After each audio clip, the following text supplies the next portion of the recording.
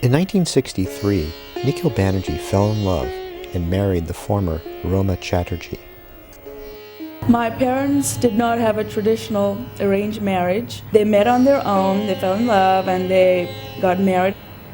She was quite a feisty young woman.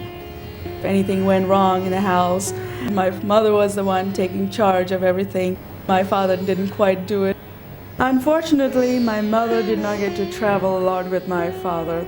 Unlike most Bengali Indian families, we did not have the rest of the family living with us. We were always by ourselves and not my grandparents, uncles and aunts, which was the norm in those days. So she did feel alone, but I think she tried to keep herself busy with all her different hobbies and me. It was about 6 months that he used to be gone in his foreign tour.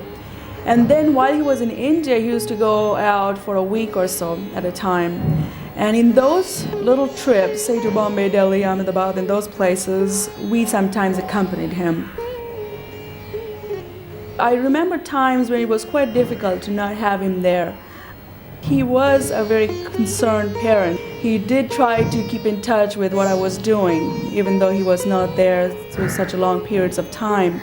And emotionally, it was hard to not have him there all the time for me.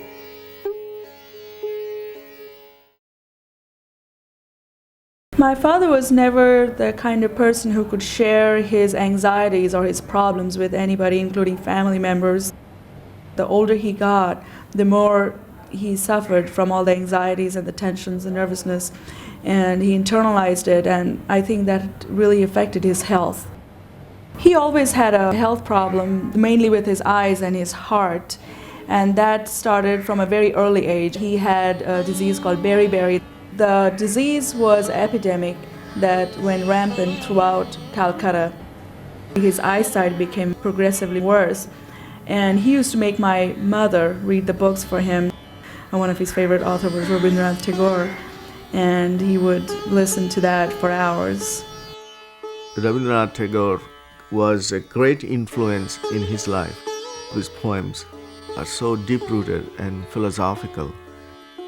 He brought a new devolution, not only to music, but to literature. My father had his first 2 heart attacks on the same day, and that was in the late 1970s. And right after that, for about 6 months, he did not go for any concert tours. He was under medication and under constant doctor's care. His doctor was here in Calcutta. The doctor insisted that he take up some kind of an exercise, and that's when my mother was successful in making him take up yoga.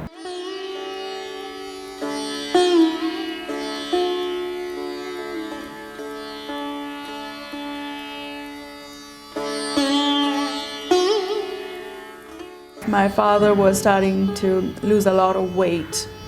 I remember him to be somebody who was always eating and quite big, but towards the end he became quite emaciated actually.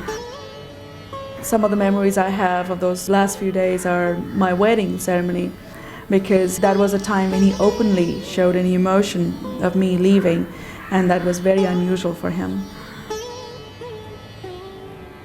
Towards the end of his life, he became a recluse. He used to enjoy being on his own more than being with anybody else.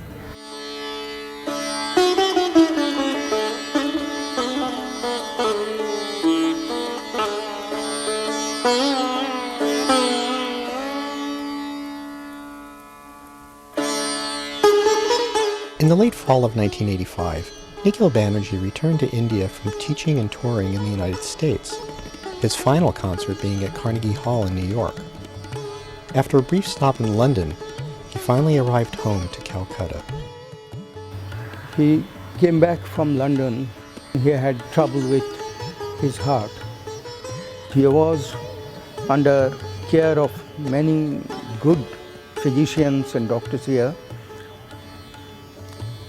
He was also treated in London. Nikhil could not perform quite some time. After he came back, he accepted, with doctor's permission, to perform in a big conference which is called Dover Lane, and That was the last performance we had.